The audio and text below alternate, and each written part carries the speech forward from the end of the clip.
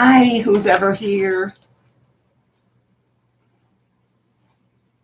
Come on in. Thanks for the thumbs up. Hey, Earthbound. Want a couple of stories? Hey, Lisa L. Nice to see you. Just felt like reading.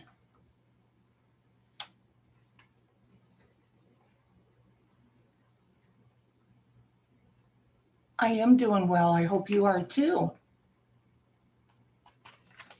Hanging in there, you know. I just had, hi, Eliza. Yeah, just felt like it. And I have my crazy Halloween hair. Oh, crazy. Hey, Margot. Ooh. Ready for a couple stories?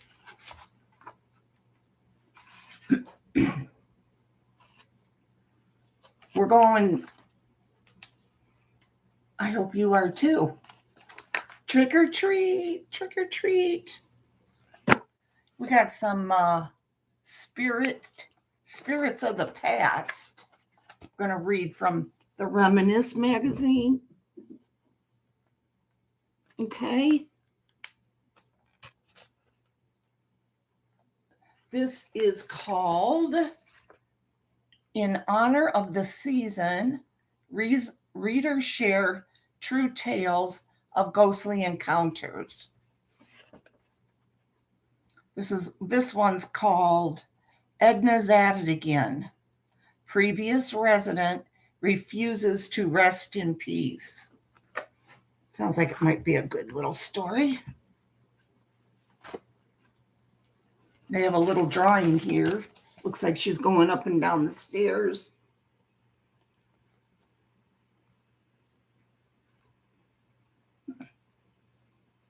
Maybe this will be a good one.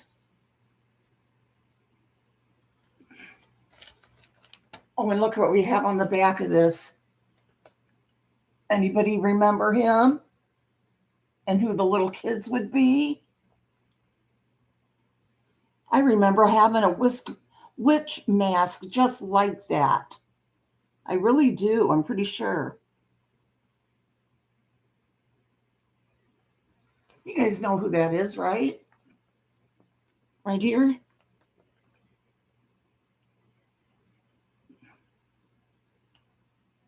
And then on the back of the magazine, you know who that is, right?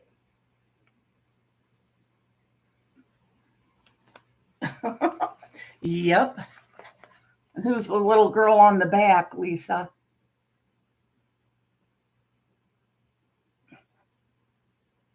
That cute little curly-headed girl. She wasn't really curly-headed either. Did you know that? They had to curl her hair. Her mother curled her hair like that. Yep, Shirley Temple.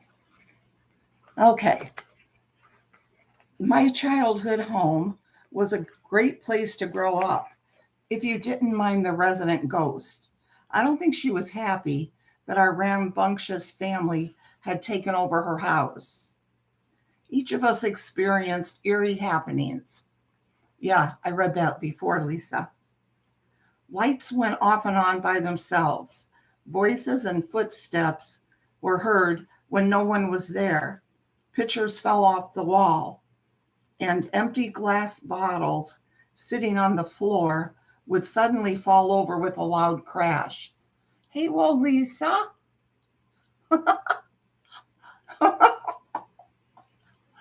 Well, that's a statement. Nice to see you. Perhaps some of those events might be blamed on the quirks of an old house with sloping floors and ancient wiring and plumbing. Wait a second. Sorry.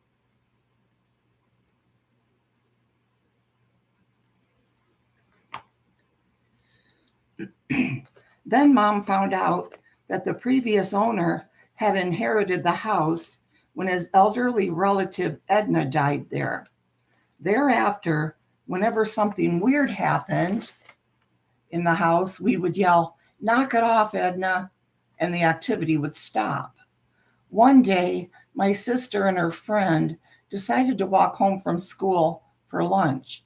It was only a few blocks. Mom was at work, but we had plenty of food in the house. On the way, they joked about disturbing Edna. Maybe she might even make them some lunch. When they opened the door, they taunted Edna with, "Hey, Edna, come out, wherever you are. Ha, ha." Ooh, wow, well, Lisa. I'd like to hear about that sometime. They heard footsteps coming down the stairs from the bedrooms. My sister said to her friend, "Oh, I guess Mom didn't go to work today."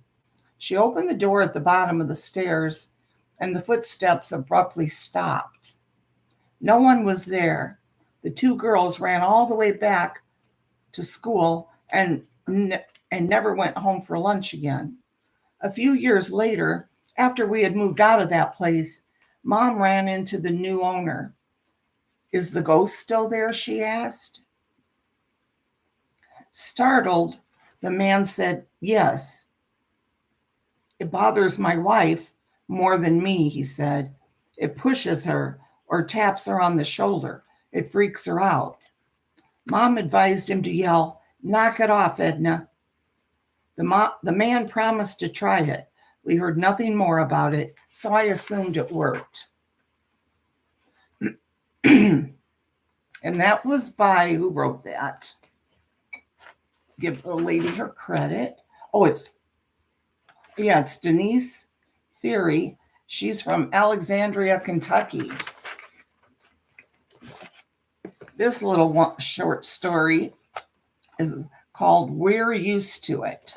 And here's the picture. Hey, Jenny D1.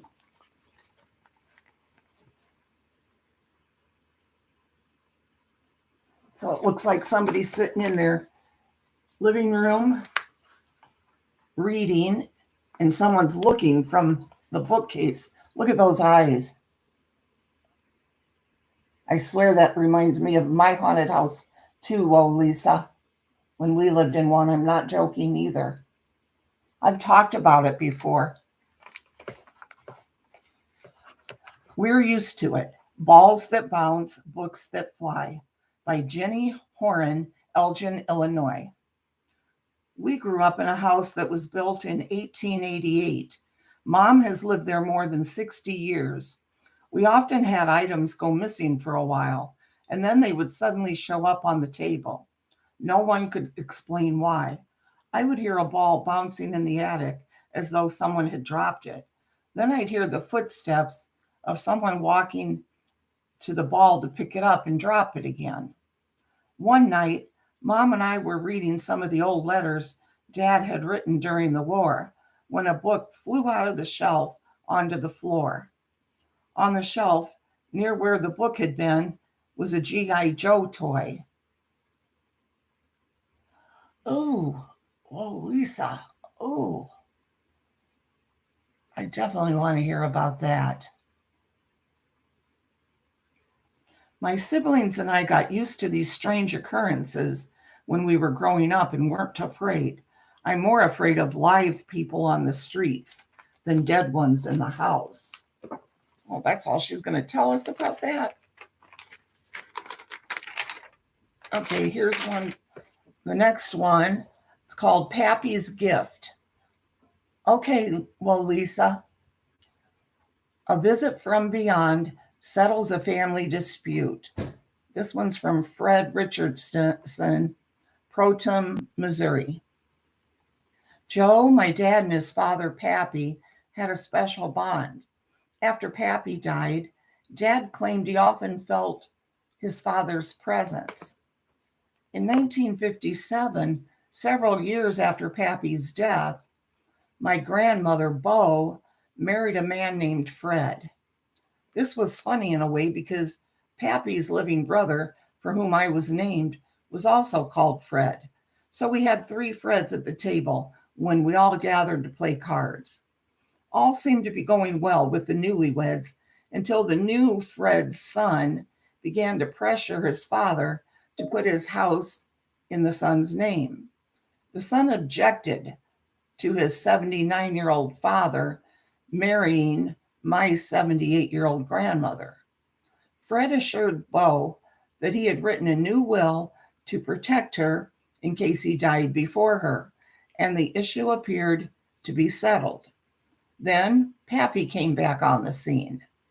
Dad was sleeping late one morning when he suddenly awoke to see Pappy standing at the foot of his bed. My father wasn't at all alarmed. "What do you want, Dad?" he asked. Pappy was holding a small silver key with a white covering. He reached out as if to hand it over, but Dad couldn't grasp it. Ooh. He tried again, but then Pappy disappeared. Okay, Lisa. My father drove to Bo's and asked her if she'd seen a key that looked like the one Pappy had held out to him. They checked all the keys in the house until they found one that matched the description, though Bo had no idea what it was for. Later that day, Fred identified it as the key to his safe deposit box. Checking the box at the bank, they found Fred's new will. Fred had indeed listed Bo as his sole heir, but he had forgotten to sign it. Ooh, that would be creepy, Lisa. Here's another one. Last one in this little magazine. And then if you want, I can read another Stephen King creepy story, if you guys still feel like hanging in. And if Carolyn goes live, please let me know. This one's called Don't Look Now. Two boys meet their match. Okay, Liza. In the Tennessee mountains. Okay. By Douglas Clark, Sturgis, Michigan. When my brother Buddy Earl was 7 and I was 8, we were looking forward to spending the summer of 1950 with our grandparents, Papa and Mama, at their mountain home in Tennessee. Their small farmhouse was a former log cabin that had no electricity or inside plumbing. It felt like a throwback to pioneer days. Dad's 1948 Pontiac bumped over tree roots and ruts in the lonely dirt road to the house. We were met by 10 dogs, 6 cats, and a herd of goats. I'll get my sip. Hey, Danielle.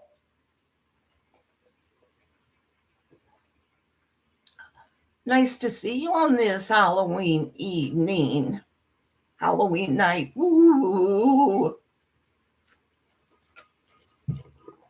Going to read some Stephen King after this, Danielle. So hang in there. You just got upstairs? Okay. Don't get too scared. You just might. Okay, let's see. Dad's 1940. Oh, we already read that. Dad said the dogs were friendly, but warned us not to turn our back on the billy goat. He will knock you into next week. Alas, Dad failed to mention how fast the goat could move. As soon as I got out of the car, the big billy goat caught me from behind and goosed me forward in a cloud of dust. Satisfied with his work, the billy goat proudly returned to the herd. Buddy Earl smiled. Do you think we could take a ride on that goat when Papa ain't looking? After lunch, Mama sent us down to fetch water from the spring. On our way back, we stopped to catch our breath. Do you believe all the stories Papa tells about haints and ghosts walking these mountains? Buddy Earl asked. I don't think they come out in the daylight, I said, glancing at the hills and shadows around us. But you wouldn't catch me walking around here in the dark. Night comes early in the mountains. In our room at the back of the house, Buddy Earl and I were remembering an old family tale about a burial ground in a hollow just over the ridge, full, it was said, of people too mean to be buried with everyone else. Hi, Carolyn. Hey, snow remover. Papa once told us they were doomed to walk the earth until they found someone just as mean to take their place. As we got ready for bed, I realized I was in a vulnerable position. Why should I sleep on the side near the window? I protested. Buddy pointed to the door. You are better at fighting, and I am better at running. We settled uneasily into bed. Sometime later, Buddy bolted upright. Something's at the back of the house. I wasn't about to go near the window, but I turned up the kerosene lamp and held it high. There at the window, I saw 2 red eyes and long, shiny white claws. Hi, Captain Lay. Run, I shouted. Buddy ran to the door, taking most of the blankets with him, and screamed for Papa. Our grandfather rushed in, and I stuttered out what I'd seen. Yeah, and it had blood on the claws, Buddy had added. I hadn't seen anything about Buddy claws, but I didn't contradict him. Bloody claw, I'm sorry. Papa laughed. I think you two just saw old Scratch, he said. Come on now, Mittens. Walking us back to the bed. He's a black bear your mama has been feeding for years. After we were safe in bed again, I tapped Buddy on his head. Where did you get the blood on the claws? Well, if there are red eyes and white claws, it stands to reason there'd be blood on them, Buddy replied before turning over to fall asleep. Okay, that was the end of that. Now let's get on to a little bit of Stephen King. Do love his short stories. They're freaky. Daniel, you may want to get under them blankets. Okay, let's see.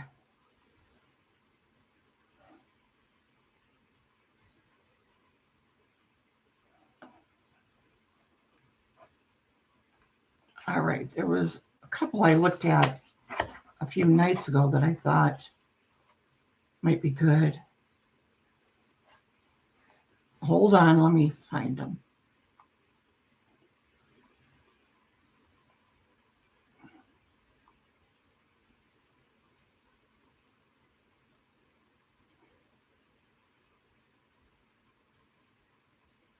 Did I read the one Bad Little Kid? Hi, Sherry M. Yeah, see, Sherry, they're different short stories.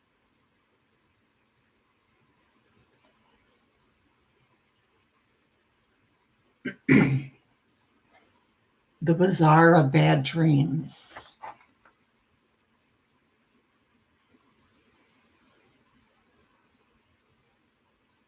How cute. You changed your name. You added Batman. Just don't put me to sleep like the other night. I fell asleep and missed Carolyn live. Well, if you're falling asleep, then it couldn't have been that scary, huh? Well, Carolyn's right here, so she'll let us know. She's doing some work, but she's listening.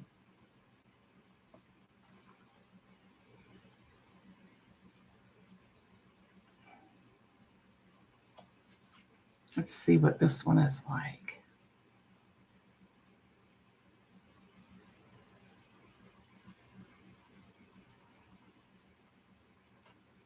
Okay, this one's called Bad Little Kid.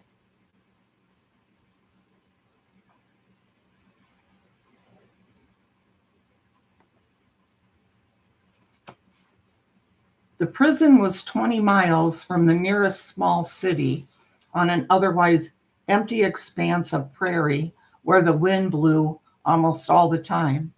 The main building was a looming stone horror perpetrated on the landscape at the beginning of the 20th century. Oh, it's going to be one of these nights. Great. The 20th century.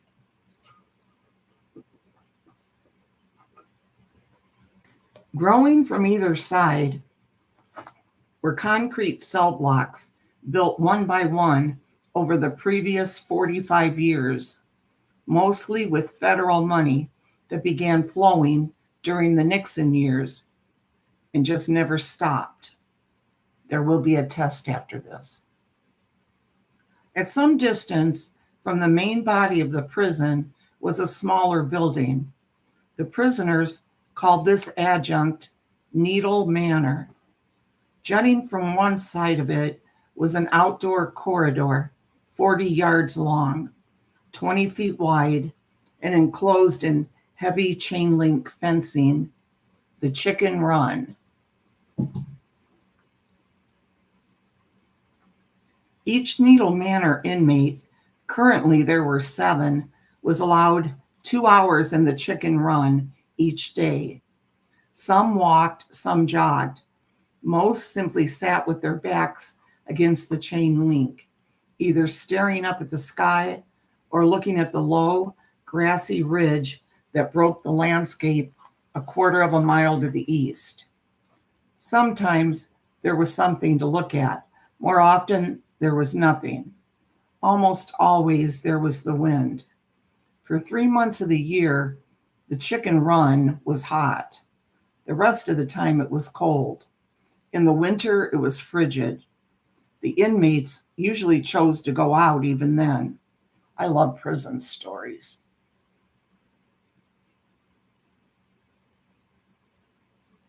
Oh, well, good, I'm glad.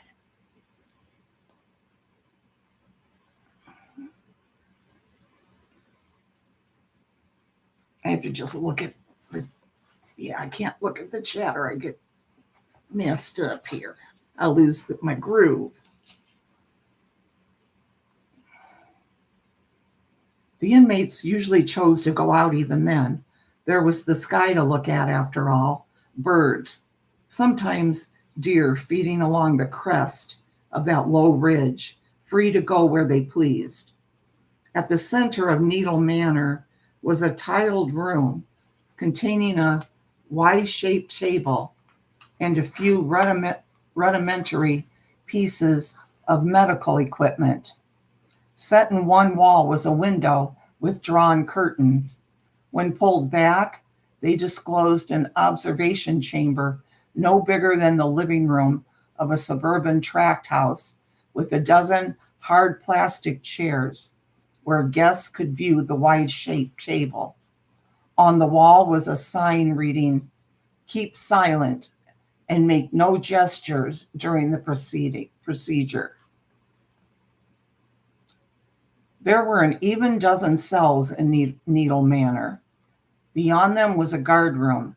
Beyond the guard room was a monitoring station, which was manned 24/7. Beyond the monitoring station was a consultation room where a table and the inmate side was separated from the table on the visitor side by a thick plexiglass. There were no phones. Inmates conversed with their loved ones or legal representatives through a circle of small punched holes, like those in the mouthpiece of an old-fashioned telephone. Leonard Bradley sat down on his side. Leonard Bradley sat down on his side of this communication port and opened his briefcase. I don't know why my eyes are so tired. This is weird. Okay, let's see.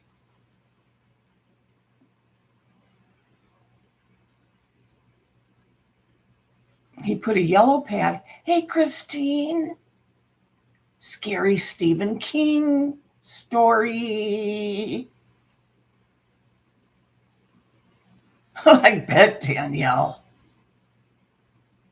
And Nikki said that Apple got a huge amount as well. She said a lot of people were giving out the full-size candy this year.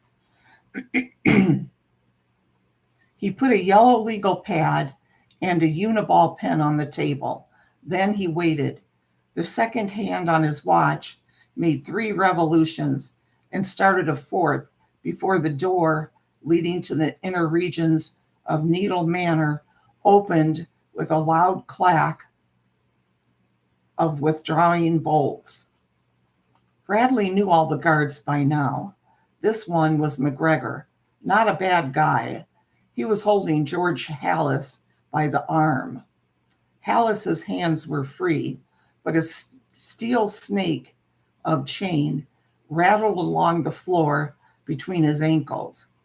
There was a wide leather belt around the waist of his orange prison jumper, and when he sat down on his side of the glass, McGregor clipped another chain from a steel loop on the belt to a steel loop on the back of the chair. He locked it, gave it a tug, then tipped Bradley a 2-finger salute. Afternoon, counselor. Afternoon, Mr. McGregor. Halas said nothing. You know the deal, McGregor said, as long as you want today, or as long as you can take him at least. I know. Ordinarily, lawyer-client consultations were limited to an hour. Boy, I wish Earthbound, I know you're watching the Brooks. I'd like to see Brooks here right now. He'd be perfect for death row. Beginning a month before the client's scheduled trip into the room with the Y-shaped table, consultation time was up to 90 minutes, during which the lawyer and his increasingly squirrely partner in the state-mandated death waltz would discuss a diminishing number of shady options. During the last week, there was no set time limit. This was true for close relatives as well as legal counsel, but Halas's wife had divorced him only weeks after his conviction, and there were no children. He was alone in the world, except for Len Bradley, but seemed to want little to do with any of the appeals and consequent delays Bradley had suggested. Until today, that was. He'll talk to you, McGregor had told him after a brief 10-minute consultation the month before, one where Halas's end of the conversation had mostly been no, and no, and no. When it gets close, he'll talk to you plenty. They get scared, see? They forget all about how they wanted to walk into the injection room with their heads up and their shoulders squared. They start figuring out it's not a movie. They're really going to die. And then they want to try every appeal in the book. Hey, LMN. Halas's didn't look scared, though. He looked the same as ever. A small man with bad posture, a sallow complexion, thinning hair. We won't mention that. And eyes that looked painted on. He looked like an accountant, which he had been in his previous life, who had lost all interest in the numbers that had previously seemed so important to him. Enjoy your visit, boys, McGregor said, and went over to the chair in the corner. Then there he sat, turned on his iPod, and stuffed his ears with music. His eyes never left them, however. The circle of speaking holes was too small to admit the passage of a pencil, but a needle was not out of the question. What can I do for you, George? For several moments, Halas didn't answer. He studied his hands, which were small and weak-looking. Not the hands of a murderer at all, you would have said. Then he looked up. You're a pretty good guy, Mr. Bradley. Bradley was surprised by this and didn't know how to reply. Hallis nodded as if his lawyer had tried to deny it. Yes, you are. You kept him on. You, you kept on. Even after I made it clear I wanted you to stop and let the process run its course. Not many court appointeds would do that. They'd just say, yeah, whatever, and go on to the next loser. Some judge some judge hands them. You didn't do that. You told me what moves you wanted to make, and when I told you not to make them, you went ahead anyway.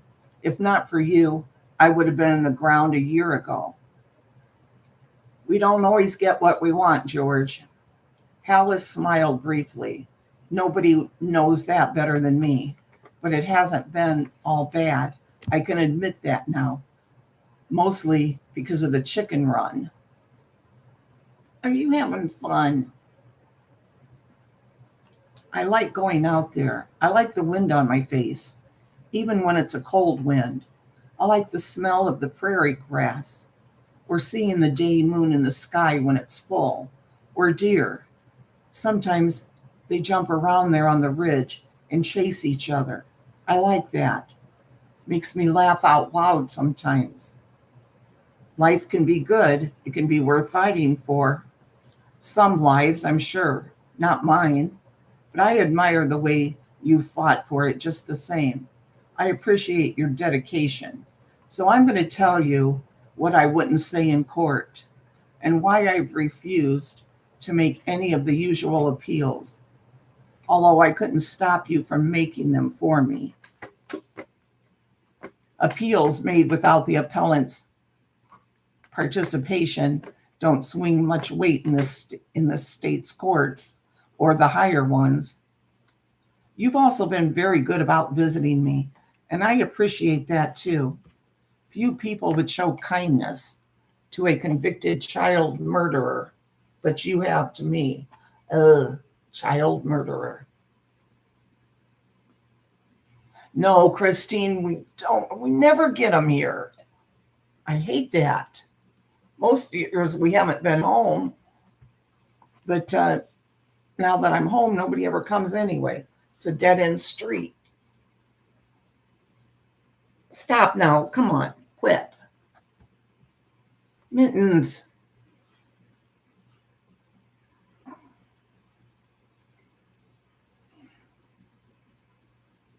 Once again, Bradley could think of no reply. Hallis had already said more in the last 10 minutes than in all their visits over the last 34 months. I can't pay you anything, but I can tell you why I killed that child. You won't believe me, but I'll tell you anyway if you want to hear. Hallis peered through the holes in the scratched plexiglass and smiled.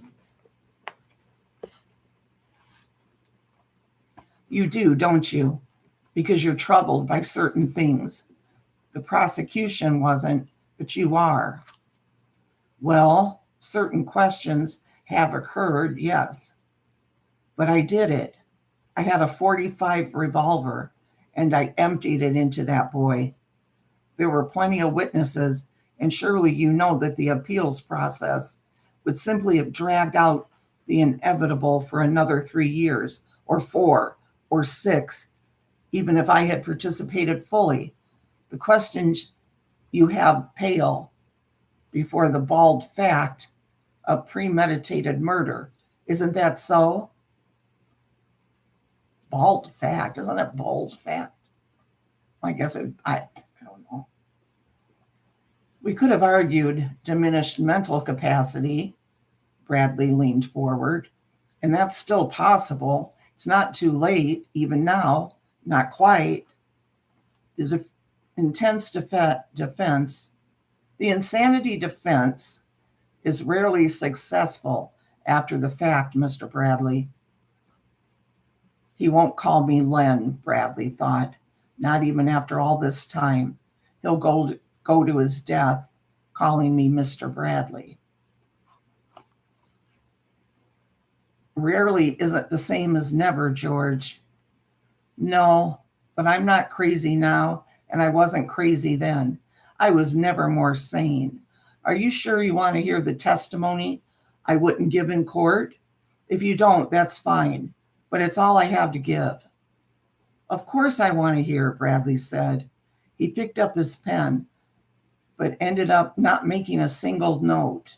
He only listened, hypnotized, as George Hallis spoke in his soft Mid-South accent. Wait, let me do my inhaler, okay? Oh, she always, yes, I know, but she won't leave then either. She's right here, right behind this.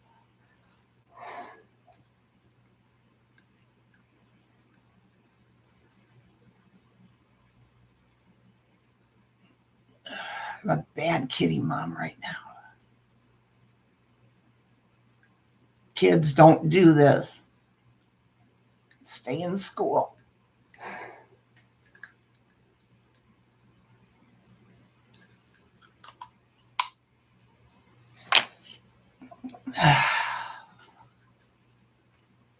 Sorry, guys.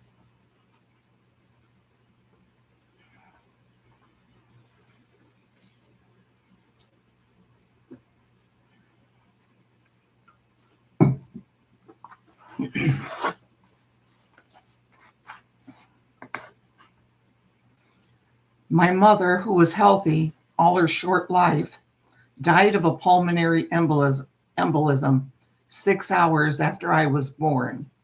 This was in 1969.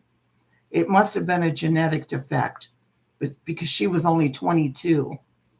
My father was 8 years older. He was a good man and a good dad. He was a mining engineer and worked mostly in the Southwest until I was 8.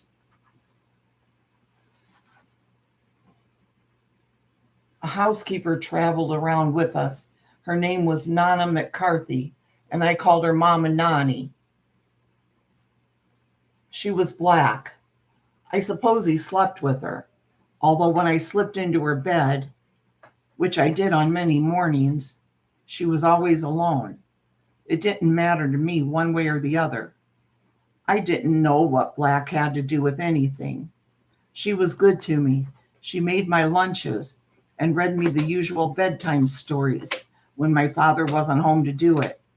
And that was all that mattered to me. It wasn't the usual setup. I suppose I knew that much, but I was happy enough.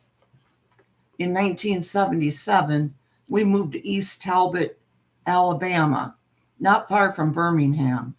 That's an army town. Fort John Huey, but also coal country. My father was hired to reopen the Good Luck mines, 1, 2, and 3, and bring them up to the environmental specifications, which meant breaking ground on new holes and designing a disposal system that would keep the waste from polluting the local streams. We lived in a nice little suburban neighborhood in a house the Good Luck Company provided. Mama Nani liked it because my father turned the garage into a 2-room apartment for her. It kept the gossip down to a dull roar, I suppose. I helped him with the renovations on weekends, handing him boards and such. That was a good time for us. I was able to go to the same school for 2 years, which was long enough to make friends and get some stability. One of my friends was the girl next door. In a TV show or a magazine, we would have ended up sharing our first kiss in a treehouse, falling in love, and then going to the junior prom together when we finally made it to high school. But that was never going to happen to me and Marley Jacobs. Daddy never led me to believe what we'd be staying in Talbot. He said there was nothing meaner than encouraging false hopes in a child. Oh, I might go to Mary Day Grammar School through 5th grade, might even through the 6th, but eventually his good luck would run out and we'd be moving on. Maybe back to Texas or New Mexico, maybe up to West Virginia or Kentucky. I accepted this, and so did Mom and Nani. My dad was the boss. He was a good boss, and he loved us. Just my opinion, but I don't think you can do much better than that.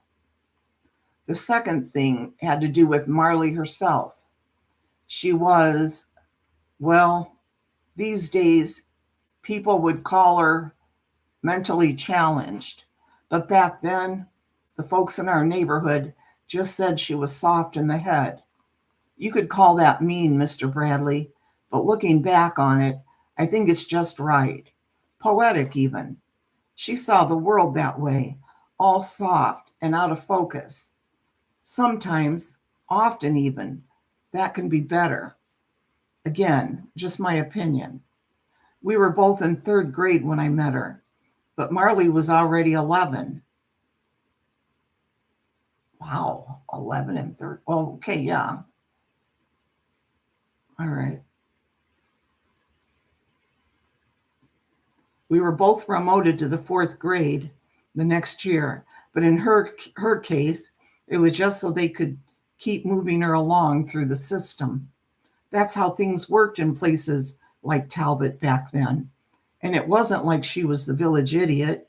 She could read a little and do some simple addition, but subtraction was beyond her.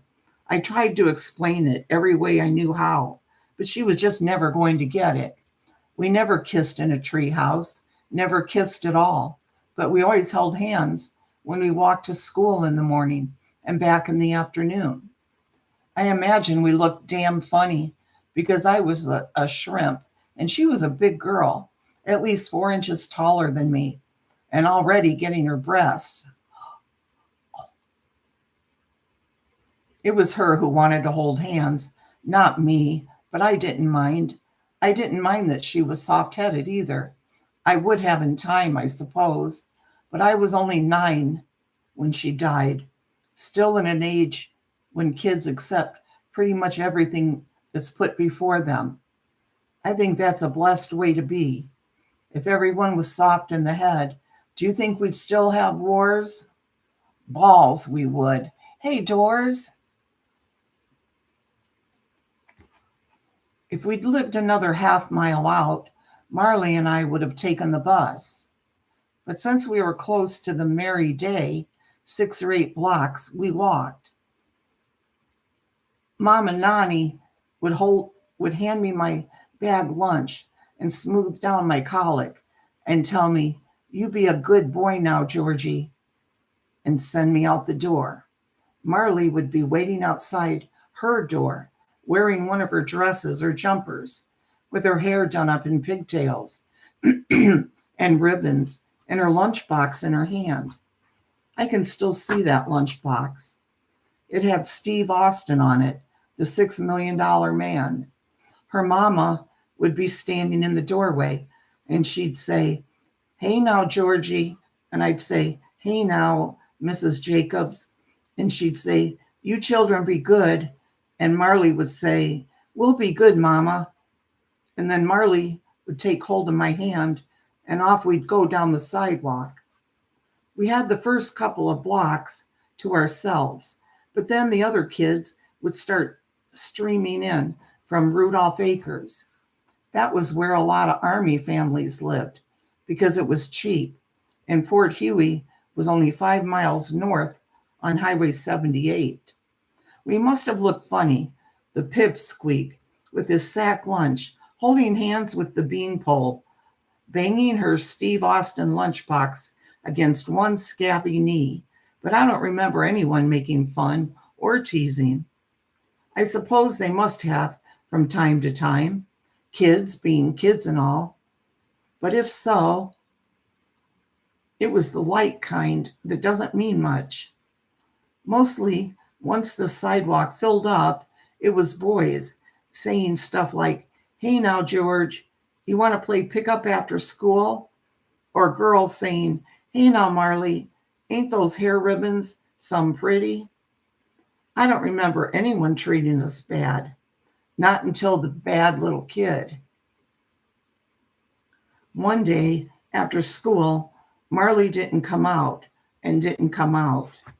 This must have been not long after my 9th birthday because I had my Bolo bouncer. Mama Noni gave it to me and it didn't last long. I hit it too hard and the rubber snapped. But I had it that day and was going frontsies, backsies with it while I waited for her. Nobody ever told me I had to wait for her. I just did. Gotta get another sip.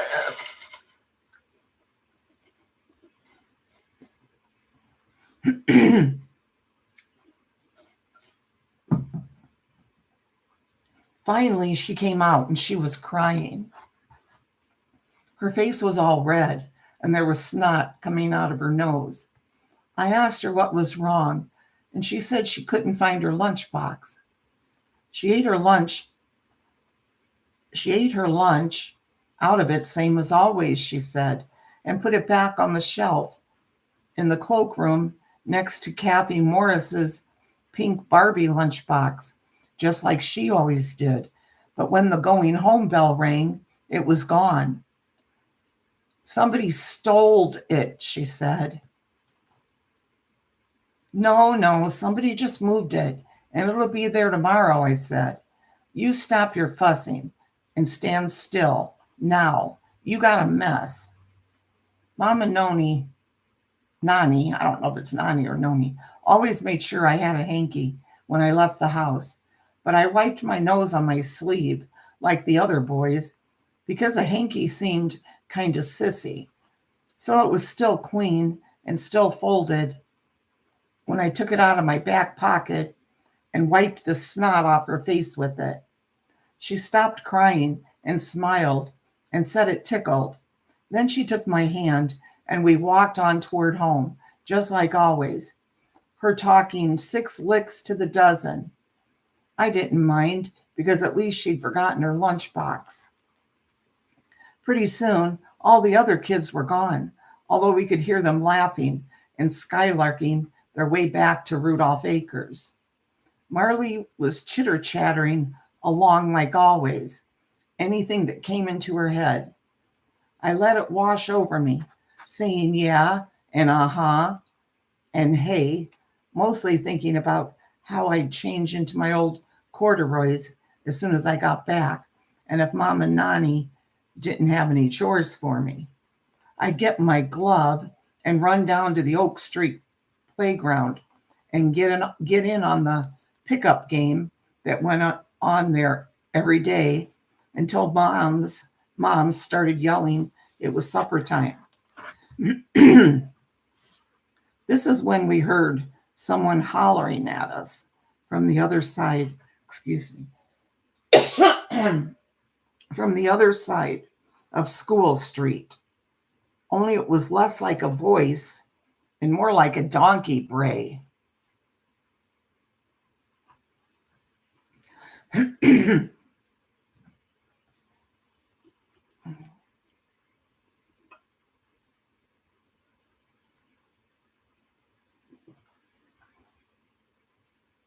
George and Marley up in a tree. Kising.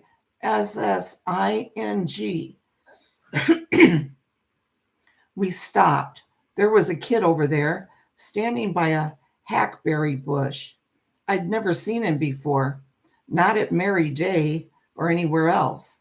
He wasn't but 4.5 feet tall and stocky.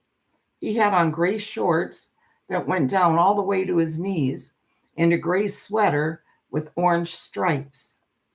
It was rounded out up top. It was rounded out up top with little boy tits and a poochy belly underneath. He had a beanie on his head, the stupid kind with a plastic propeller. Like Dennis the Menace, right? His face was pudgy and hard at the same time. His hair was orange, like the stripes on his sweater, that shade nobody loves. It was all sprayed out on the sides over his jug ears. His nose was a little blot underneath the brightest green eyes I've ever seen. He had a sulky Cupid's bow of a mouth, the lips so red it looked like he was wearing his ma's lipstick. I've seen plenty of carrot tops with those red lips since then, but none as red as that bad little kid's were. We stood and stared at him. Marley's chatter came to a halt. She had cat's eye glasses with pink rims, and behind them, her eyes were wide and magnified. The kid, he couldn't have been more than 6 or 7, pooched up those red lips of his and made kissy face noises. Then he put his hands on his butt and began to bump his hips at us.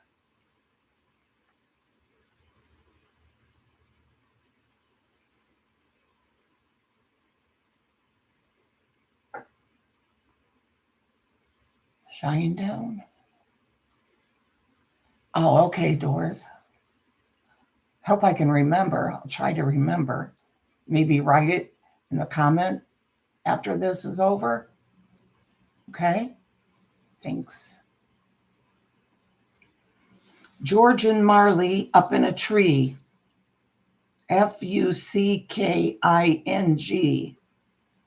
Fucking. Braying just like a donkey. We stared, amazed. You better wear a scumbag when you F her, he called over, smirking those red lips, unless you want to have a bunch of retards just like her. You shut up your face, I said. Or what, he said. Or I'll shut it up for you, I said. I meant it too. My father would have been mad if he knew I was threatening to beat up a kid who was younger and smaller, but he wasn't right to be saying those things. He looked like a little kid, but those weren't little kid things he was saying.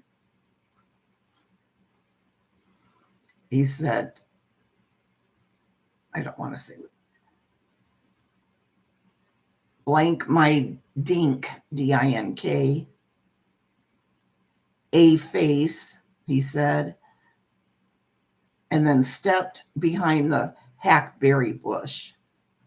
I thought about going over there, but Marley was holding my hand so tight it almost hurt.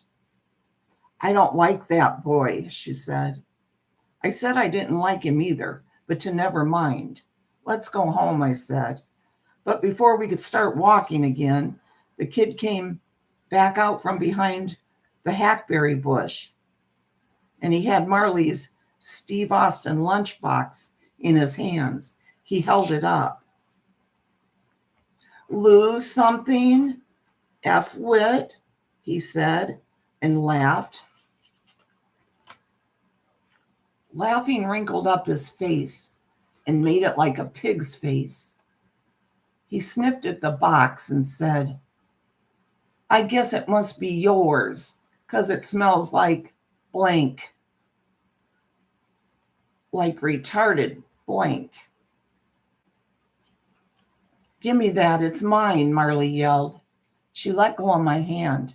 I tried to hold it, but it greased out on the sweat of our palms. Come and get it, he said, and held it out to her. Before I tell you what happened next, I have to tell you about Mrs. Peckham.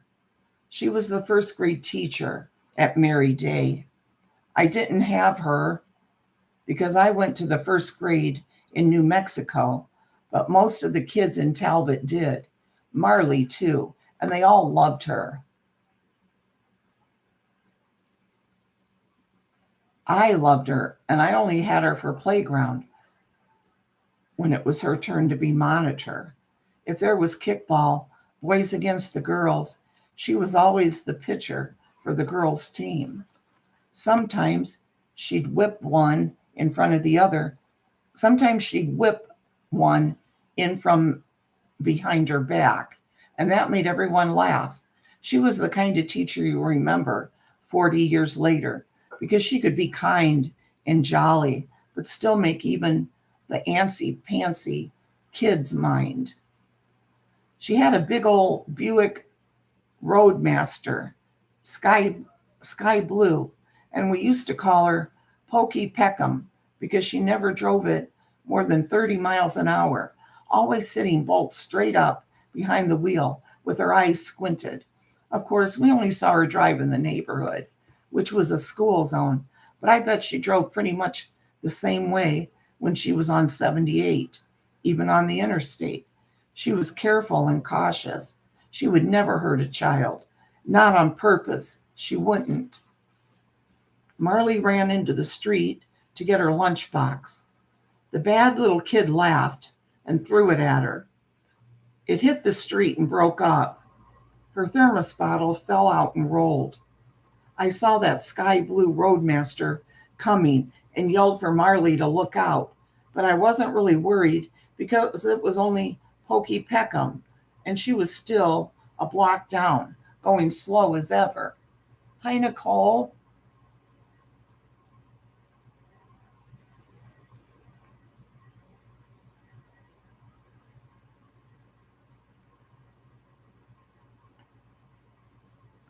You let go of your hand, so now it's your fault, the kid said.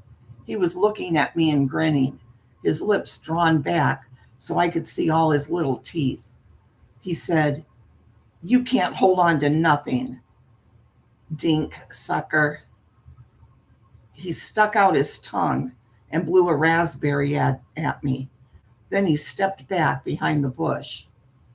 Mrs. Peckham said her accelerator Mrs. Peckham said her accelerator stuck. I don't know if the police believed her or not. All I know is she never taught first grade at Mary Day again. Oh, that's sad. Shelley. Oh, Lord. Hey, sis. I was just thinking about you. Miss you. Reading Stephen King, Shell. Some scary short stories.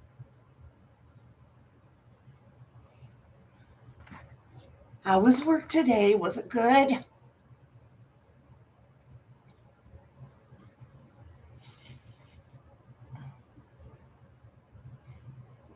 Right? Yes. Well, you know, Lexi loves it. Oh, you had the day off. Cool. I'll show you something real quick, Shell, before I get back to the story. Where's my phone? Here it is. I asked Nikki to send me a picture of Apple trick or treating.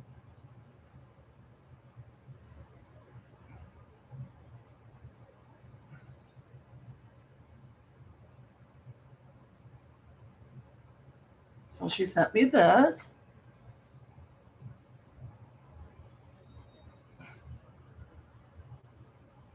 And then, look, Shell, you're going to love this one.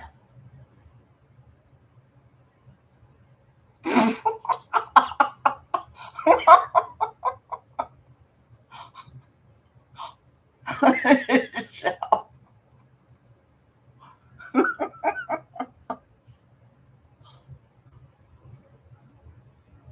I wrote her back. I'm like, thanks, but I said just send me a picture of Apple. Oh, you already got them? I had to ask her for them. She took them right then. Tell her that's our brother Mike, if you guys didn't know. Michael. Okay, let's see. It's about a guy on death row. Shall this story. He killed a bad little kid, is what he talking about. Marley bent over, picked up her thermos, and shook it. I could hear the rattle it made. She said, "It's all broke inside," and started to cry. She bent down to get her lunchbox, and that was when Mrs.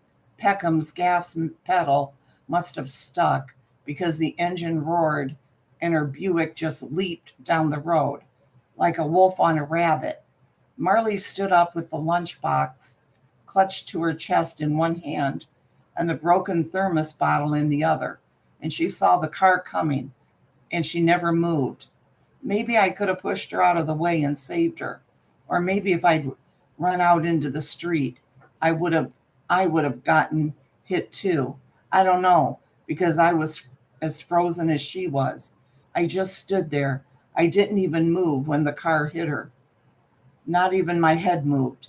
I just followed her with my eyes when Marley flew and then crashed down on her poor soft head. Pretty soon, I heard screaming. That was Mrs. Peckham. She got out of her car and fell down and got up with her knees bleeding and ran for where Marley was lying in the street with blood coming out of her head. So I ran too. When I got a little ways, I turned my head. But by then I was far enough so I could see behind the hackberry bush. There was no one there. Hallis stopped and put his face in his hands. At last he lowered them. "Are you all right, George?" Bradley asked. "Thirsty is all. I'm not used to talking so much. There is very little call for conversation on death row." I waved my hand at McGregor. He took out his earbuds and stood up. "All finished, George?" Hallis shook his head. "There's a lot more." Bradley said, "My client would like a drink of water, Mr. McGregor. Is that possible?" McGregor went to the intercom by the door to the monitoring station and spoke into it briefly. Bradley took the opportunity to ask Hallis just how big Mary Day Grammar School had been. He shrugged. Small town, small school. There couldn't have been more than 150 kids, grades 1 to 6. Let me get a drink of water real quick, guys.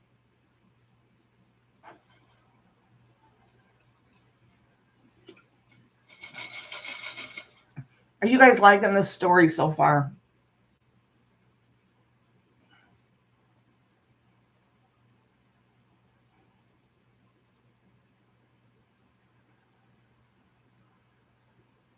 Anybody?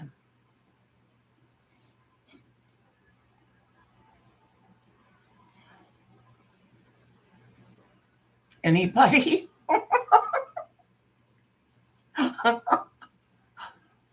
Anyone?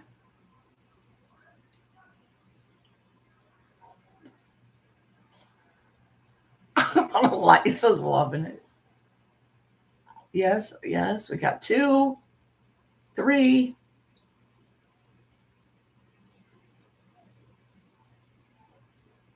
And then a so-so.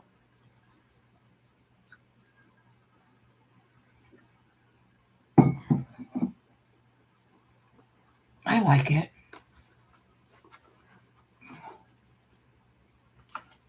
Everybody else is probably asleep. Danielle.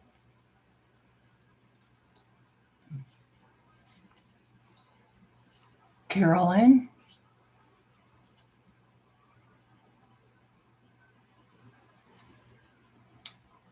You like it too? Okay, good, Element. Let me get a piece of my gum. Shelly must have left. Probably getting ready to take her bath.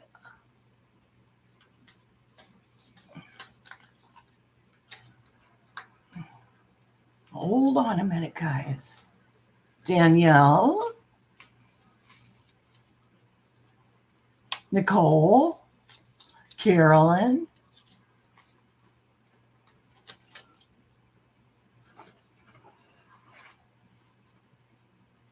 Okay, fine, be that way.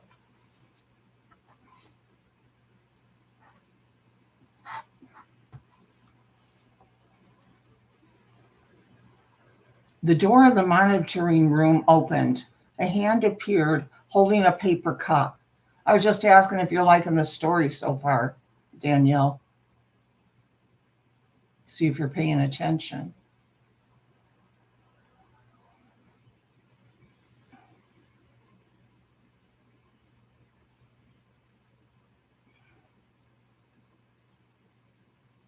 Oh, okay, good, Danielle. Okay, good. I'm really liking it too. I'm digging it. I'm digging it, baby. I'm digging it. A hand appeared holding a paper cup. McGregor took it and brought it over to Hallis. He drank greedily and said, "Thank you."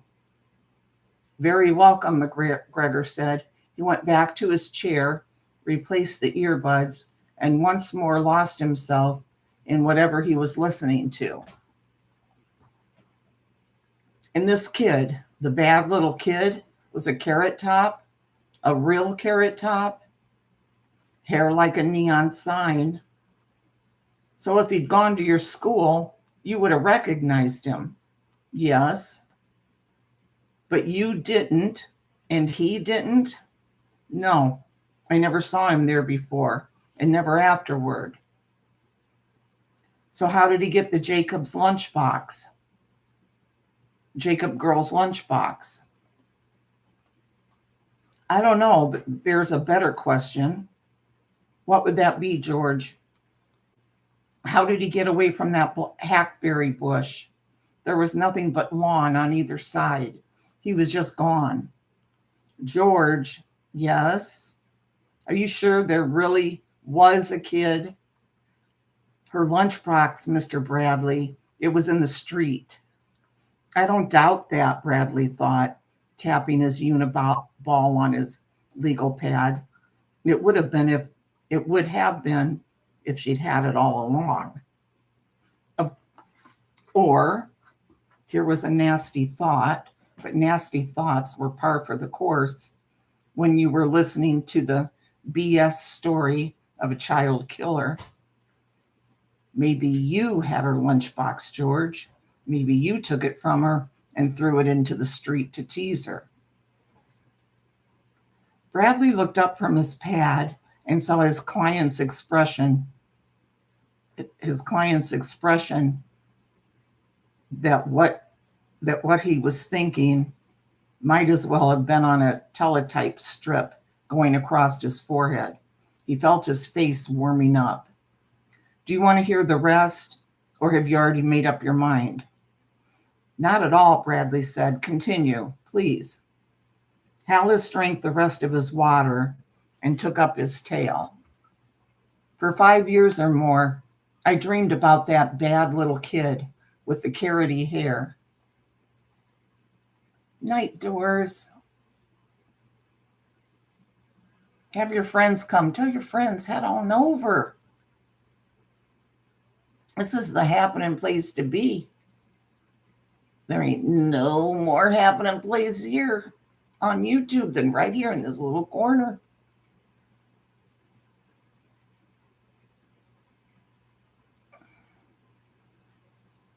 Okay.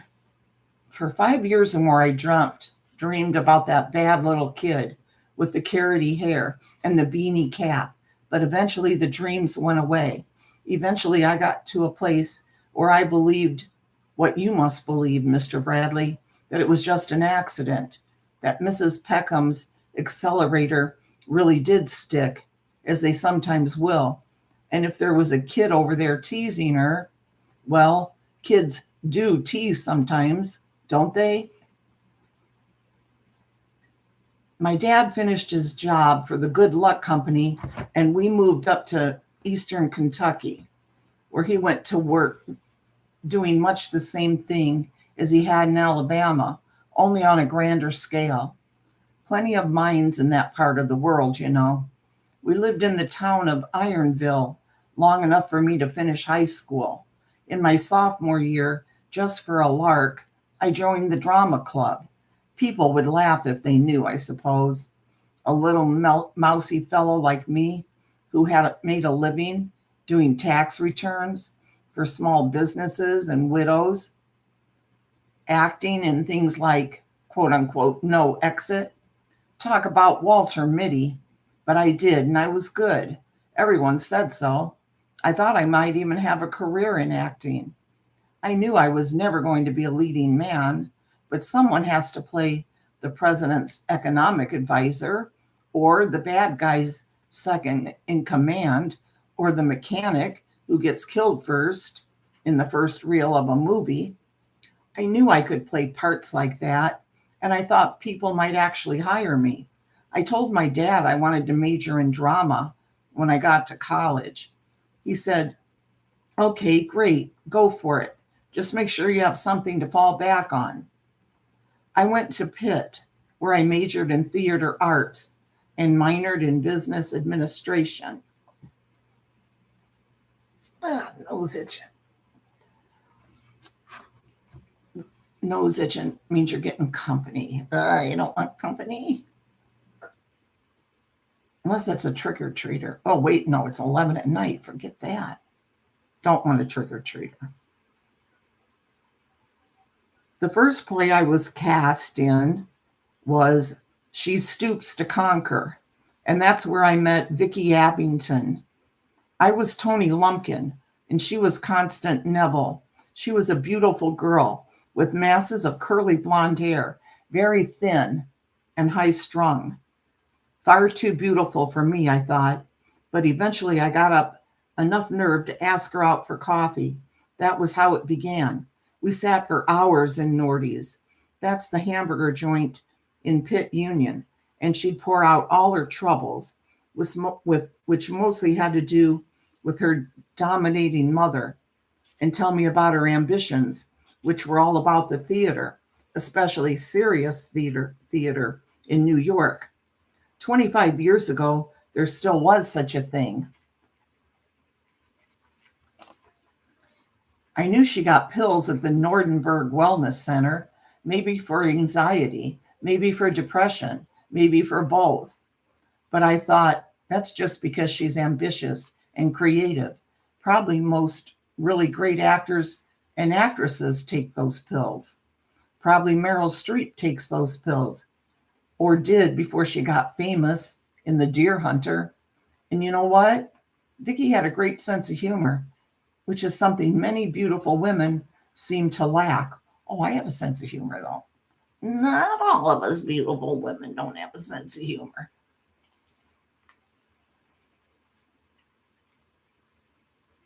Especially if they suffer from a nervous, I heard, from a nervous complaint. She could laugh at herself, and often did. She said being able to do that was the only thing that kept her sane. We were cast as Nick and Honey in Who's Afraid of Virginia Woolf, and got better reviews than the kids who played George and Martha.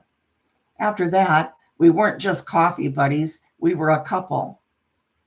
Sometimes we made out in a dark corner of the Union, although those sessions often ended with her crying and saying she knew she wasn't good enough.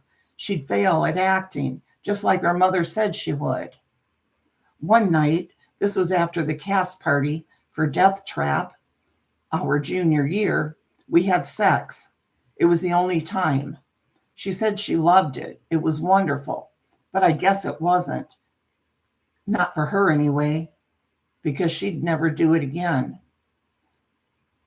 In the summer of 1990, we stayed on campus because there was going to be a summer production of The Music Man in Frick Park. It was a huge deal because Mandy Patinkin was going to direct it. Vicki and I both tried out. I wasn't a bit nervous because I didn't expect to get anything, but that show had become the biggest thing in Vicki's life. She called it her first step to stardom, saying it the way people do when they're joking, but not really. We were called in by sixes, each of us holding a card saying the part that we were most interested in, and Vicky was shaking like a leaf while we waited outside the rehearsal hall. I put my arm around her and she quieted, but just a little. She was so white, her makeup looked like a mask. I'm laughing at the ghost. I went in and handed over my wish card with Mayor Shin written on it because that's a smallish part in the show. And damned if I didn't end up getting the lead role, Harold Hill, the charming con man. Vicky tried out for Marianne Peru, the librarian who gives piano lessons. She's the female lead. She read all night, I thought. Not great, not her best. She read all right, I thought. Not great, not her best, but all right. Then came the singing. It was Marianne's big number. If you don't know it, it's this very sweet and simple song called Good Night, My Someone. She'd sung it for me a cappella half a dozen times, and she was perfect, sweet and sad and hopeful. But that day in the rehearsal hall, Vicky screwed the pooch. That girl was just clench your fist and close your eyes awful. She couldn't find her note and had to start again, not once, but twice. I could see Paddington getting impatient because he had half a dozen other girls waiting to read and sing. The accompanist, I can't say it right now, was rolling her eyes. I wanted to punch her right in her stupid, horsey face. By the time Vicky finished, she was trembling all over. Mr. Paddington thanked her, and she thanked him, all very polite, and then ran. I caught up with her before she could get out of the building and told her she had been great. She smiled and thanked me and said we both knew better. I said that if Mr. Paddington was as good as everyone said, he'd look past her nerves and see what a great actress she was. She hugged me and said I was her best friend. Besides, she said, there will be other shows. Next time I'll take a Valium before I try out. I was just afraid it would change my voice because I've heard that some pills can do that. Then she laughed and said, but how much worse could it be than it was today? I said I'd buy her an ice cream at Nordy's. She said that sounded good, and off we went. We were walking down the sidewalk, hand in hand, which made me remember all the times I walked back and forth to Mary Day Grammar holding hands with Marley Jacobs. I won't say those thoughts summoned him, but I won't say they didn't either. I don't know. I only know that some nights I lie awake in my cell wondering. I guess she was feeling a little better because as we walked along, she talked about what a great Professor Hill I'd make when someone yelled at us from the other side of the street. Only it wasn't a yell, it was a donkey bray. Stephen King. You know. Yeah. Lexi's favorite author. She has so many of his books. George and Vicky up in a tree. Fucking.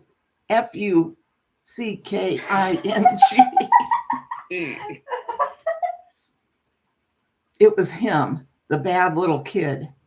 Same shorts, same sweater, same orange hair sticking out from under that beanie with the plastic propeller on top.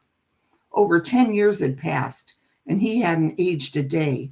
It was like being thrown back in time. Only now it was Vicky Abington, not Marley Jacobs, and we were on Reynolds Street in Pittsburgh instead of School Street in Talbot, Alabama.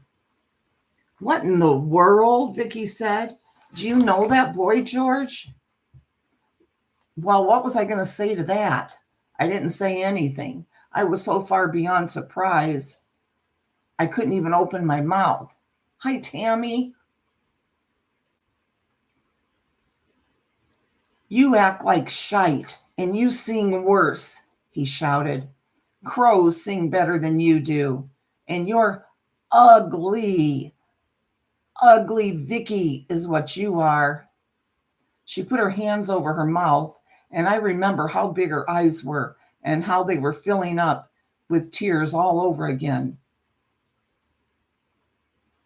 Blank his dink. Why don't you? He shouted. That's the only way an ugly, no talent blank like you will ever get a part.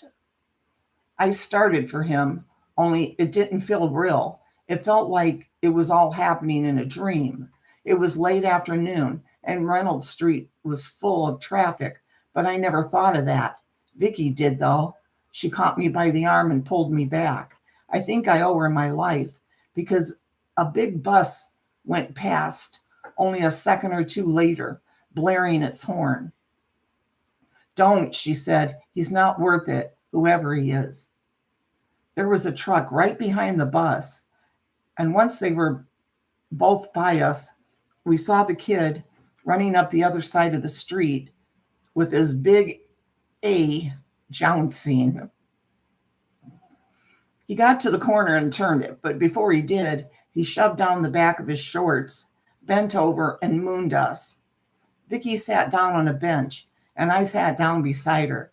She asked me again who he was, and I said I didn't know. Then how did he know our names? She asked. I don't know, I repeated. Well, he was right about one thing, she said. If I want a part in The Music Man, I should go back and blank Mandy Patinkin's blank. Then she laughed, and this time it was real laughing, the kind that comes all the way up from the belly. She threw back her head and just let fly. Did you see that ugly little butt? She said, like two muffins ready for the oven.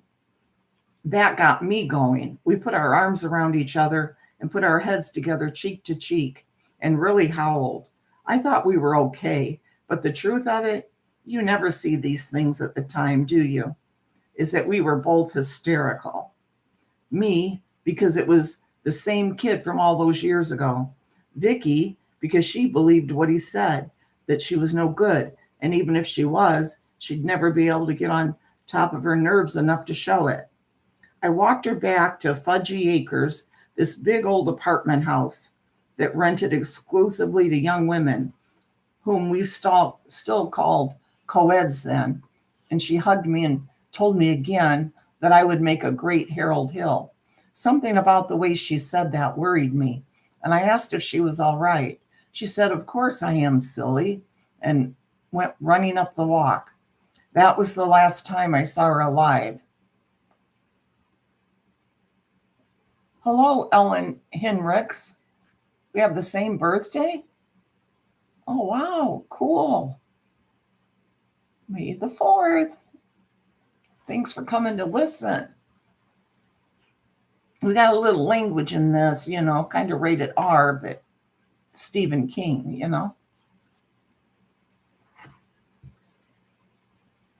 After the funeral, I took Carla Winston out for coffee because she was the only girl in Fudgy Acres Vicky had been close to. I ended up pouring her cup into a glass because her hands were shaking so badly, I was afraid she'd burn herself. Carla wasn't just heartbroken. She blamed herself for what had happened. The same way I'm sure Mrs. Peckham blamed herself for what happened to Marley. She came across Vicky in the downstairs lounge that afternoon, staring at the TV, only the TV was turned off. She said Vicky seemed distant and disconnected. She'd seen Vicky that way before, when she lost count of her pills and took one too many, or took them in the wrong order.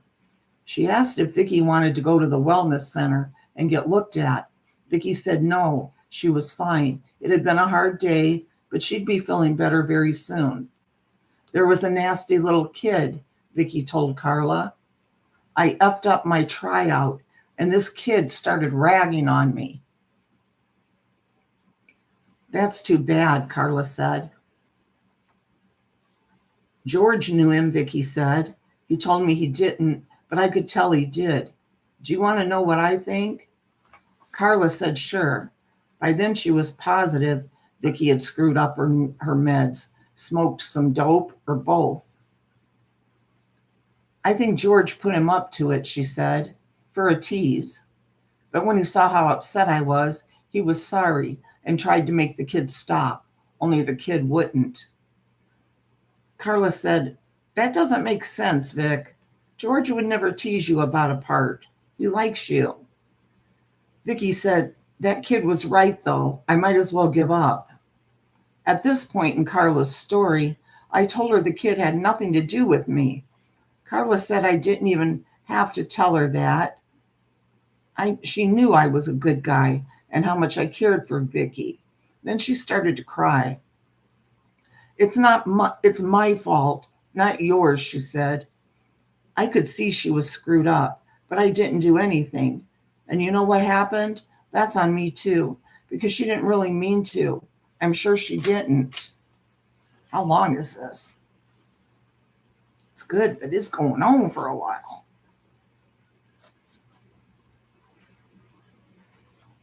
We got a little ways. What time is it? 11:20. I don't know if Carolyn has a live set yet or not. Carla left Vicky and went upstairs to study. A couple of hours later, she went down to Vicky's room. I thought she might like to go out and get something to eat, she said. Or if the pills had worn off, maybe have a glass of wine. Only she wasn't there. So I checked the lounge, but she wasn't there either. A couple of girls were watching TV, and one said she thought she saw Vicky going downstairs a little while ago, probably to do a wash, because she had some sheets, the girl said. That worried Carla, although she wouldn't let herself think why. She went downstairs, but there was no one in the laundry room, and none of the washers were going. The next room along was the box room, where the girls stored their luggage.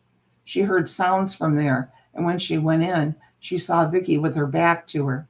She was standing on a little stack of suitcases. She tied 2 sheets together to make a hanging rope.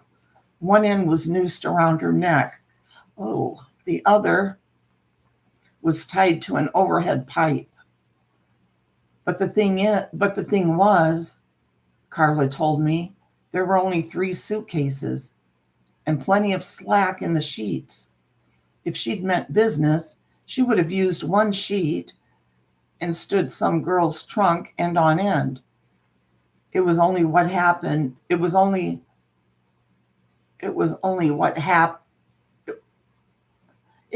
the theater people called, it was only what theater people called a dress rehearsal. Excuse me. You don't know that for sure, I said. You don't know how many of her pills she might have taken or how confused she was. I know what I saw, Carla said. She could have stepped right off those suitcases and onto the floor without pulling the noose tight. But I didn't think of it then. I was too shocked. I just yelled her name. That loud shout from behind startled her, and instead of stepping off the suitcases, Vicky jerked and toppled forward, the suitcases sliding along the floor behind.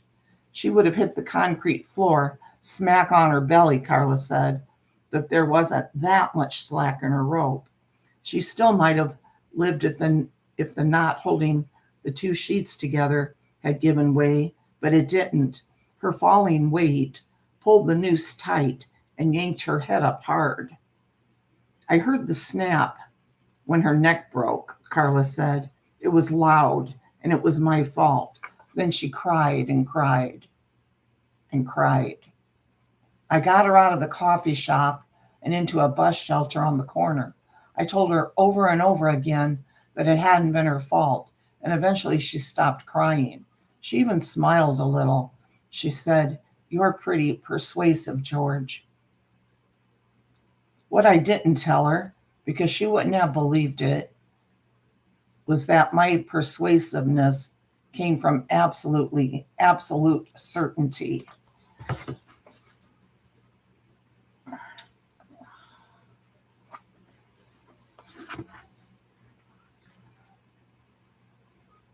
The bad little kid came after people I cared about, Hallis said. Bradley nodded. It was obvious that Hallis believed it. And if this story had come out at the trial, might have earned the man a life sentence instead of a billet in Needle Manor. The jury very likely wouldn't have been completely sold, but it would have given them an excuse to take the death penalty off the table. Now it was probably too late. A written motion requesting a stay based on Hallis's story of the bad little kid would look like grasping at straws. You had to be in his presence and see the absolute certainty on his face to hear it in his voice. The condemned man, meanwhile, was looking at him through the slightly clouded plexiglass with a trace of a smile. That kid wasn't just bad, he was also greedy. For him, it always had to be a twofer. One dead, one left to baste in a nice warm gravy of guilt. You must have convinced Carla, Bradley said. She married you after all. Mary! Just about 10 minutes I was going to yell out Mary, but I didn't want to stop the story. I hope you listen from the beginning. There's just a couple of little short stories from Reminisce, but this one is Stephen King. It's a pretty good story. It's a short, long, short story, if that makes sense. Yes, I know you just got here. I know, but at least you're here. We're not going to let you leave. Cross-eyed Betty. Where are you, Cross-eyed Betty? And Dingbat. Come on, ladies. Halloween. Just going to keep on reading. Carolyn's not live yet, right? Because I know I'd be getting a notification. Let me turn there we go. I'll hear her.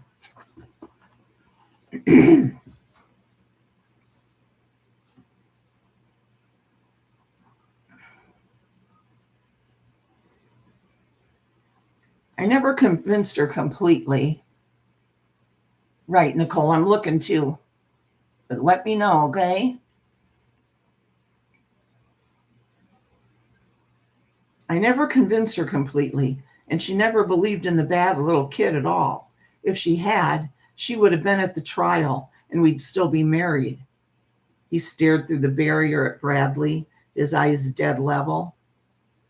If she had, she would have been glad that I killed him. The guard in the corner, McGregor, looked at his watch, removed his earbuds, and stood up.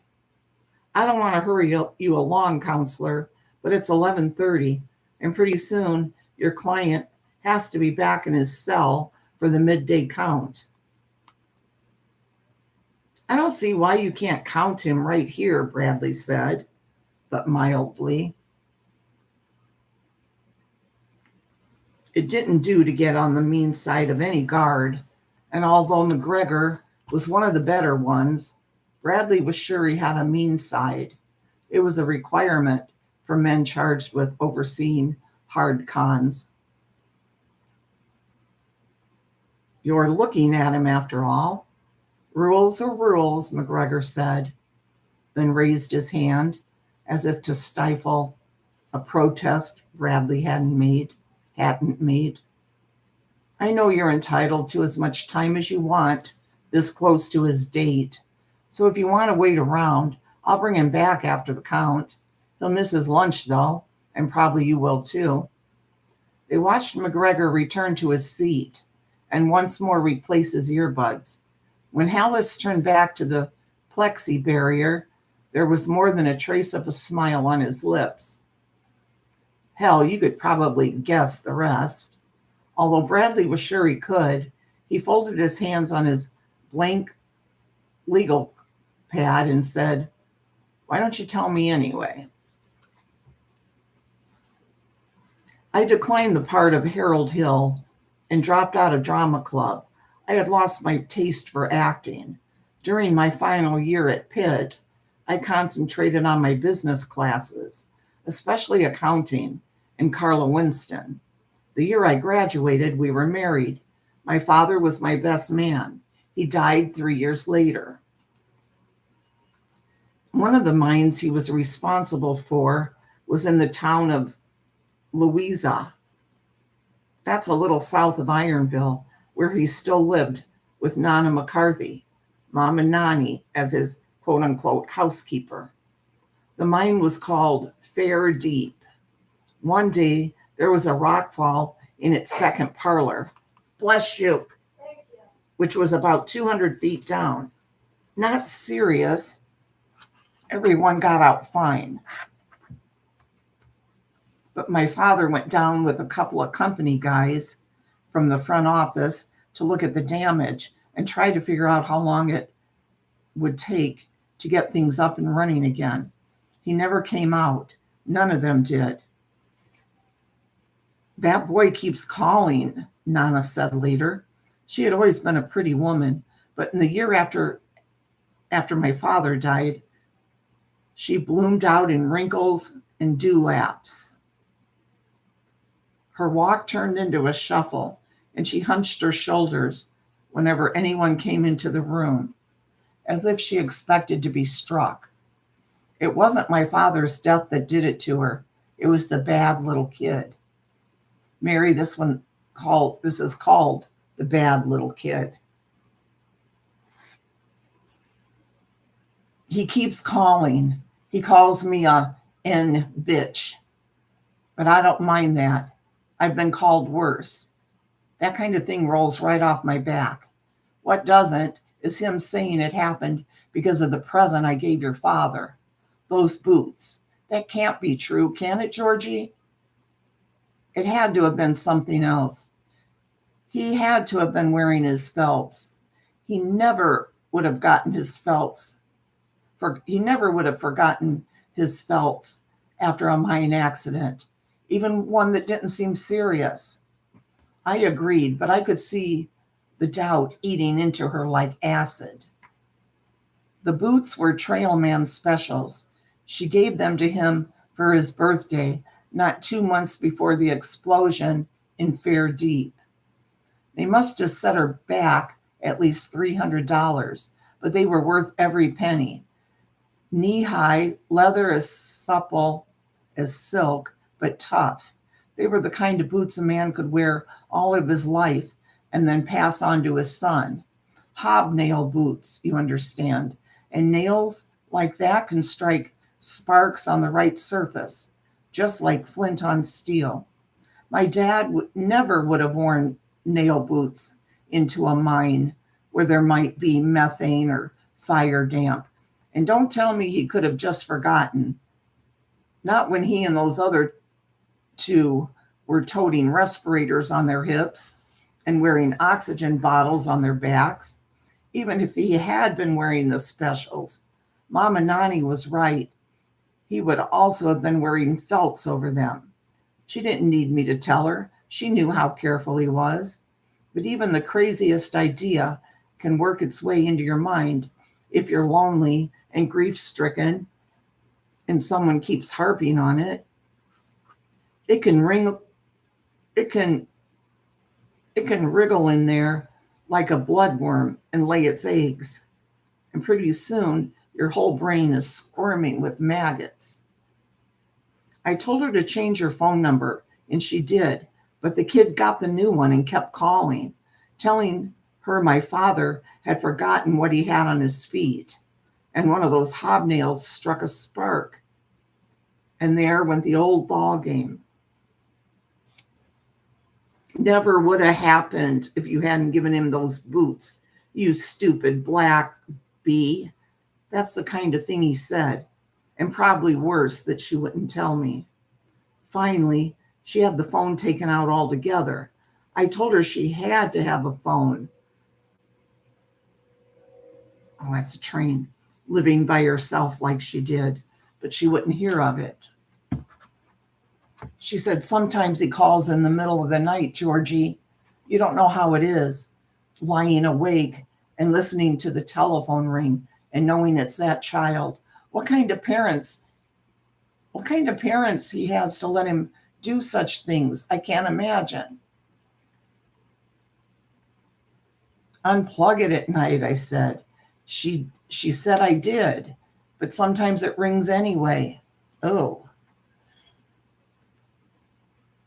I told her that was just her imagination, and I tried to believe it, but I never did. Mr. Bradley. If that bad kid could get a hold of Marley's Steve Austin's lunchbox and know how badly Vicky messed up her tryout and about the Trailman specials, if he could stay young year after year, then sure, he could make a phone ring even if it was unplugged.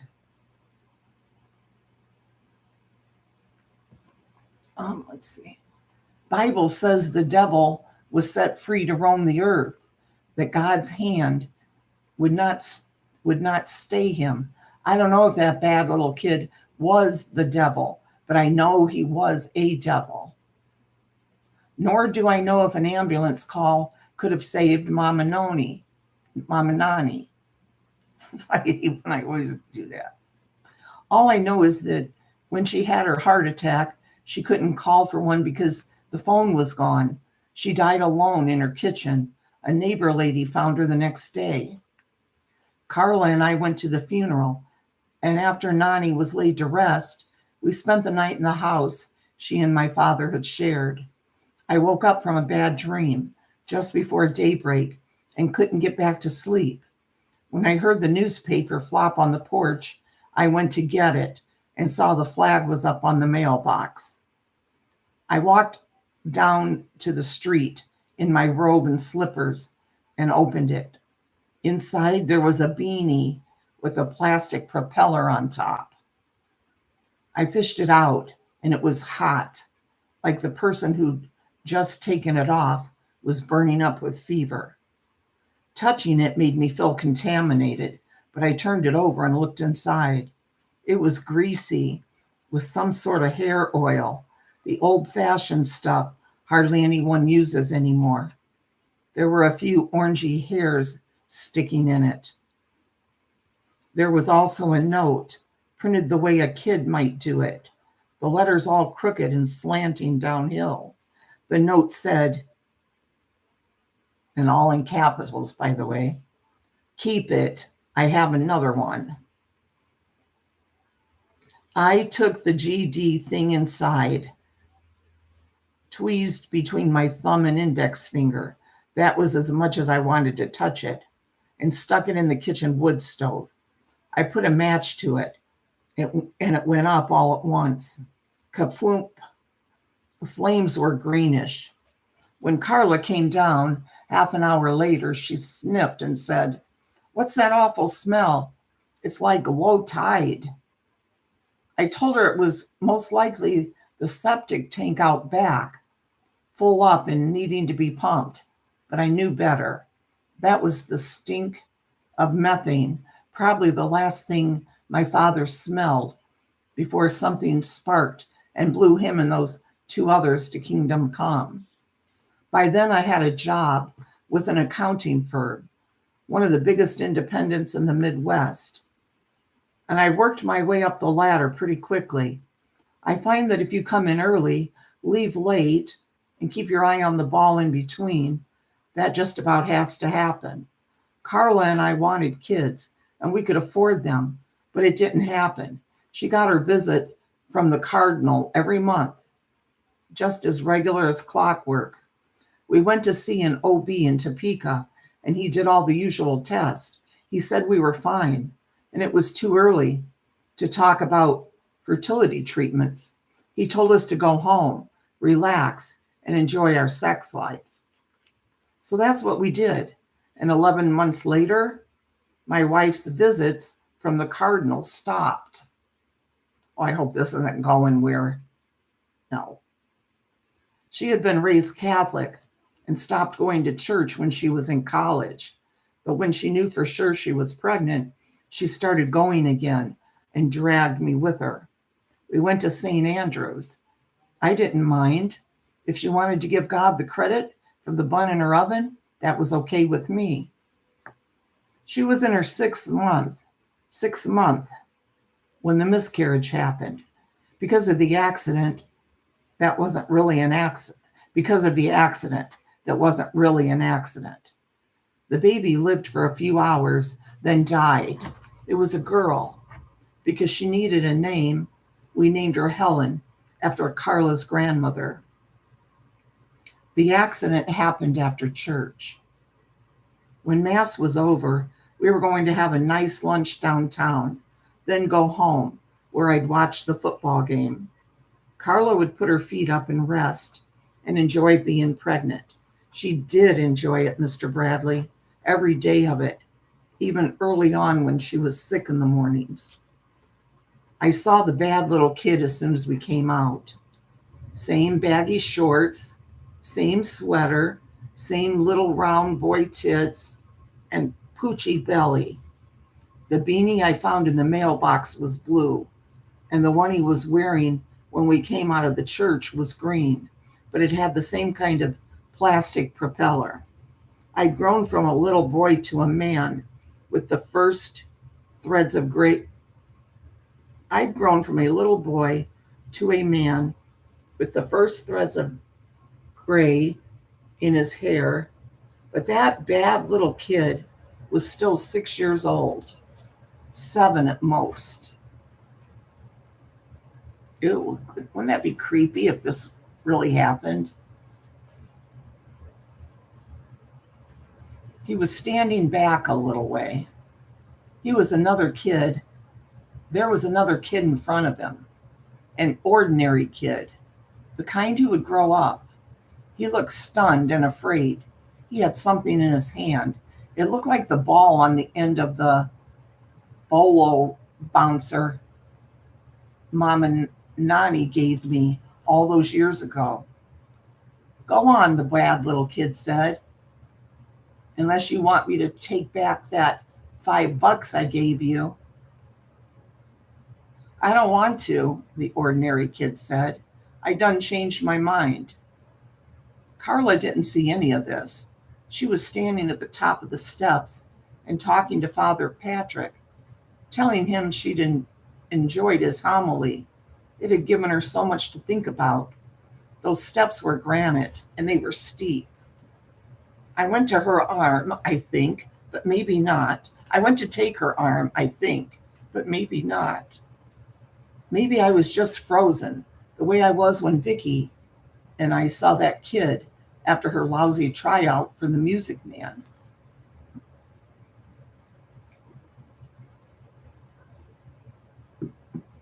Oh, it's not buffering, is it?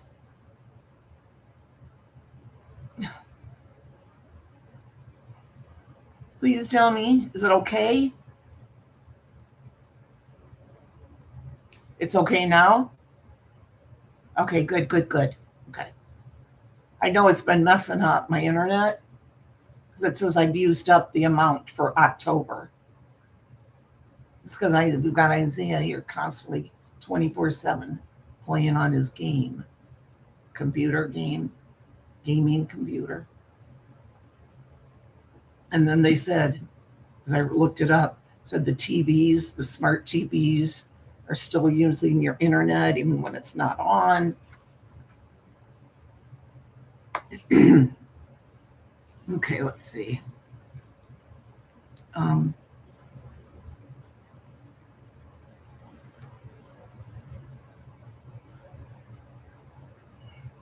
Before I could unfreeze or say anything, the bad little kid stepped forward. He reached into the pocket of his shorts and whipped out a cigarette lighter. As soon as he flicked it and I saw the spark, I knew what had happened that day in the Fair Deep mine, and it had nothing to do with the hobnails on my father's boots. Something started to fizz and spark on top of the red ball the ordinary kid was holding.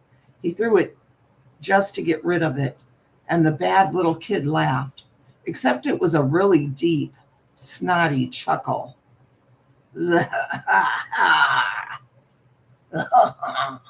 Like that. Probably not like that. It struck the side of the steps below the iron railing and bounced back just before it went off with an ear-splitting bang and a flash of yellow light. That wasn't a firecracker or even a cherry bomb. That was an M80. It startled Carla the way Carla herself must have startled Vicky that day in the box room at Fudgy Acres. I grabbed for her, but she was holding one of Father Patrick's hands in both of hers, and all I did was brush her elbow. They fell down the steps together. He broke his right arm and left leg. Carla broke an ankle and got a concussion, and she lost the baby. She lost Helen. The kid who actually threw the M80 walked into the police station the next day with his mother and owned up. He was devastated, of course, and said what kids always say, and mostly mean after something goes wrong. It was an accident. He hadn't meant to hurt anyone. He said he wouldn't have thrown it at all, except the other boy lit the fuse, and he was scared he'd lose his fingers. No, he said he'd never seen the other kid before. No, he didn't know his name. Then he gave the policeman the $5 the bad little kid had given him. Carla didn't want to have much to do with me in the bedroom after that, and she stopped going to church. I kept on, though, and got involved with Conquest. You know what that is, Mr. Bradley. Not because you're a Catholic, because this is where you came in.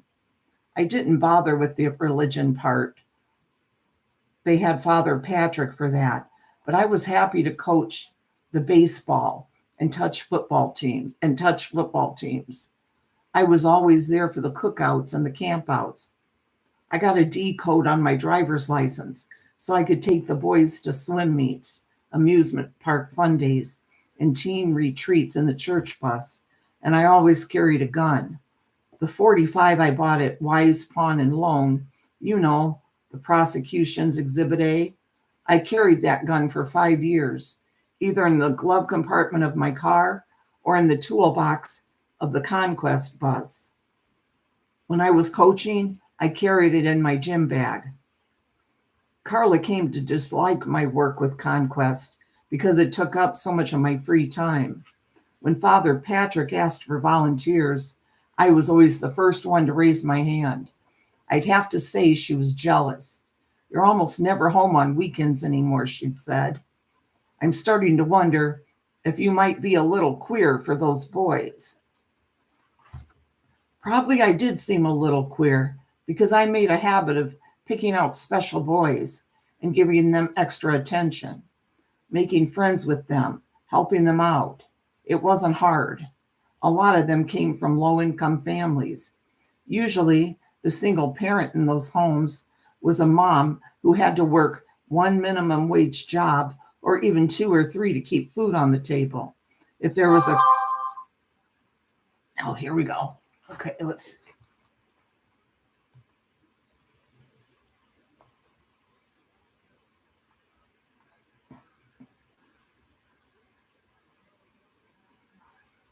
Okay. I'm going to mark this and we will read it later, okay?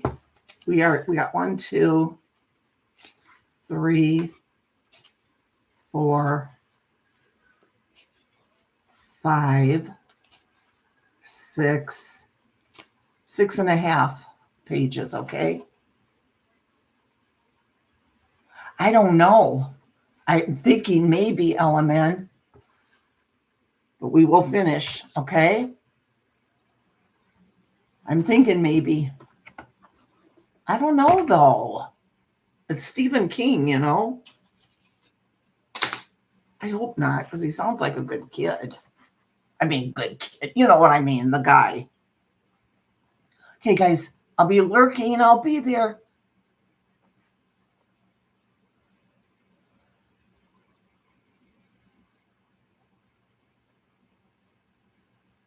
What? Oh, should definitely finish. Yeah, definitely will.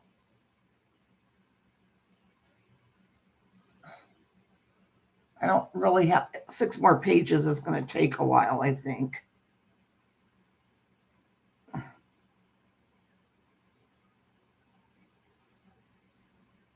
So we'll finish it.